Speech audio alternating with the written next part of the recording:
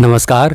शेखर वाणी में आपका बहुत बहुत स्वागत है। मैं हूं अरुण शेखर और अभी हमने आरंभ किया है रश्मि रथी का पाठ, तो लिहाजा मैं लेकर के हाजिर हूं रश्मि रथी के प्रथम सर्ग का भाग 2।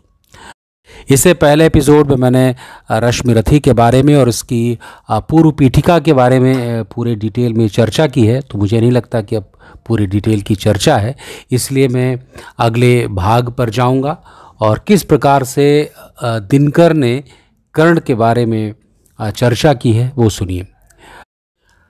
अलग नगर के कोलाहल से, अलग पुरी पुरजन से, कठिन साधना में उद्योगी लगा हुआ तन मन से, निज समाधि में निरत सदा, निज कर्मठता में चूर, वन्य कुसुम सा खिला कर्ण जग की आंखों से दूर।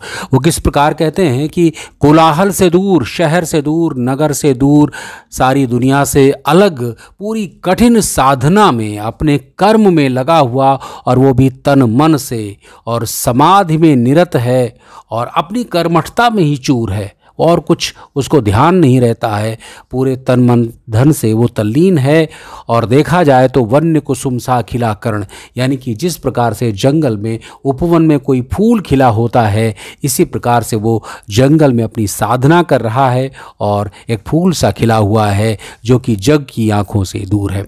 आगे लिखते हैं कि नहीं फूलते कुसुम मात्र राजाओं के उपवन में, नहीं फूलते कुसुम मात्र राजाओं के उपवन में, अमित बार खिलते वे पुर से दूर कुंज कानन में। लिखते हैं कि ऐसा कोई आवश्यक नहीं है कि राजाओं के जो उपवन हैं उसमें ही फूल खिलें।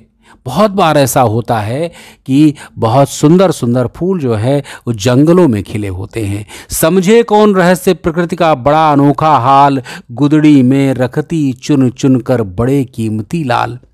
अब जो प्रकृति का रहस्य है वो कौन समझ पाया है। कई बार ऐसा होता है कि कहते हैं ना कि गुदड़ी में लाल छुपे हैं, उसी प्रकार चुन चुन कर जो मोती होते हैं और बड़ी तमाम ऐसी चीज़ें हैं जो कीमती वस्तुएं हैं, प्रकृति यहाँ वहाँ छुपा कर रखती है। आगे लिखते हैं कि जलद पटल में छिपा किंतु रवि कब तक रह सकता है, युग की अवहेलना शूरमा कब तक सह सकता है, पाकर समय एक दिन आखिर उठती जवानी जाग, फूट पड़ी सबके समक्ष पौरुष की पहली आग। जलद पटल में छिपा, यानी कि बादलों में सूरज कब तक छिप कर रह सकता है, कभी न कभी बादल हटेंगे। और आगे लिखते हैं कि युग की अवहेलना शूरमा कब तक सह सकता है। अगर सारी दुनिया किसी वीर की, किसी बहादुर की अवहेलना कब तक कर सकता है, वो बहुत दिन सह नहीं सकता। पाकर समय एक दिन आखिर उठी जवानी जाग, एक दिन समय ऐसा आया कि उसका जोश है, जवानी है, वो जाग उठी और फूट पड़ी सबके समक्ष पौरुष की पहली आग। उसका पुरुषत्व, उसकी बहादुरी सबके समक्ष आ ही जाती है। रंग भूमि में अर्जुन था जब समा अनोखा बांधे, बढ़ा भीड़ भीतर से सहसा कर्ण शरासन साधे, कहता हुआ तालियों से क्या रहा गर्व में फूल, अर्जुन तेरा स्वेश अभी क्षण भर में होता है धूल। तूने जो जो किया उसे मैं भी दिखला सकता हूं, तूने जो जो किया उसे मैं भी दिखला सकता हूं, चाहे तो कुछ नई कलाएं भी सिखला सकता हूं। आंखें खोलकर देख कर्ण के हाथों का व्यापार, फूले सस्ता स्वेश प्राप्त कर उस नर को धिक्कार। किस प्रकार से कर्ण जो है आते हैं और अर्जुन से सामना होता है एक ऐसी सभा में जहां अर्जुन अपनी क्या कहें उसकी वीरता दिखला रहा है, अपनी कलाओं का जौहर दिखला रहा है, युद्ध कौशल के जौहर दिखला रहा है। कर्ण भी आता है और कहता है कि क्या कर रहे हो ये सब तो मैं भी दिखला सकता हूँ, इससे ज़्यादा कुछ दिखला सकता हूँ मैं। तो आगे कहते हैं कि इस प्रकार कह लगा दिखाने कर्ण कलाएं रण की, सभा स्तब्ध थी, गई रहे आंख टंगी जन जन की, मंत्र मुग्ध सा मौन चतुर्दिक जन का पारावार, गूंज रही थी मात्र कर्ण की धनवा की टंकार। इस प्रकार ये कह के कर्ण अपनी कलाएं यानी कि युद्ध का जो कौशल है वो दिखाने लगा।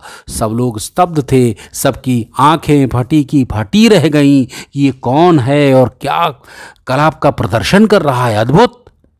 मंत्रमुग्ध सा मौन चतुर्दिक, यानी कि सारे जितनी भीड़ थी, जितने लोग थे वहां पर, वो सारे मंत्रमुग्ध से देख रहे थे। वाह, अद्भुत, कमाल।